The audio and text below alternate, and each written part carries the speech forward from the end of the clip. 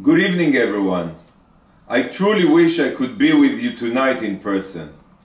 I want to begin by thanking Rabbi Kaplan, not only for making tonight possible, but also for his dedication and commitment to this amazing community. Rabbi Kaplan, within 20 years, you and your family have managed to reignite Jewish life in Victoria. You have built a synagogue, learning centers, a mikveh, youth programs, and learning seminars. But above all, you have built a community. But we all know that this would not have been possible without tonight's honoree, Chani Kaplan. Chani, I want to thank you for all of your tireless efforts. Not many people can say that they built a community in a lifetime, let alone within 20 years. But even fewer people can say that they built a community while being a loving mother to 12 children. Chani, you are a pillar of strength to this community and a deep source of inspiration for all. Thank you for all that you do. Friends, 7 weeks ago, the Jewish people suffered the most brutal massacre of Jews since the Holocaust. We all saw that genocidal Jew hatred did not die with Hitler. Hamas has one sole goal: to annihilate the state of Israel and murder every single Jew. And friends, nothing can change a genocidal ideology. Such hatred must be uprooted and eradicated. There's no other option. It's either us or them, and it must be us. Hamas is a threat to our very future, and we cannot stop until we eliminate them. We must understand that the war in Gaza is not about retaliation or revenge. It's not a response to October 7th. It's about ensuring that such atrocities are never repeated. This is why there can be no ceasefire. No. In this war for our future, we cannot stop until Hamas ceases to be. Sadly, there are many on the world stage that refuse to comprehend this. We are already hearing calls to end the hostilities and the so-called cycle of violence, and nowhere are these voices louder than at the UN, or as the Lubavitcher Rebbe called it, the House of Lies. The UN was founded in the wake of the Holocaust upon the principle of never again, yet sadly, never again happened again, and the UN's silence is deafening. 51 days have passed, and not a single UN body has condemned Hamas's brutal attack. Instead, all we hear are loud condemnations of the law-abiding state of Israel, the country that was attacked and is now defending itself.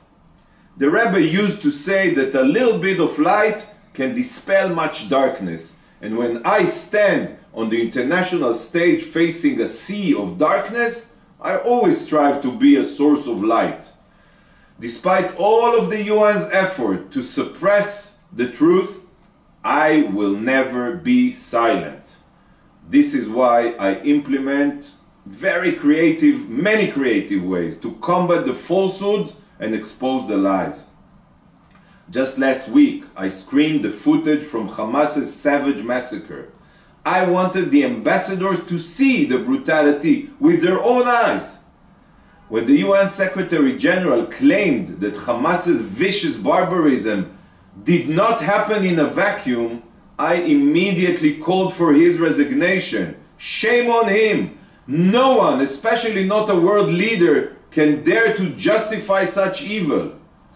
When the Security Council refused to condemn Hamas's attack, I donned a yellow star with the words "never again" written on it, to remind the Council of the price of their silence. My star is a sign of strength and pride.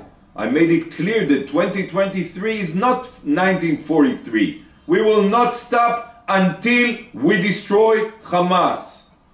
We must never remain silent in the face of falsehoods. We must always go on the offensive in the fight against Jew hatred. This is my mission, and I will never falter.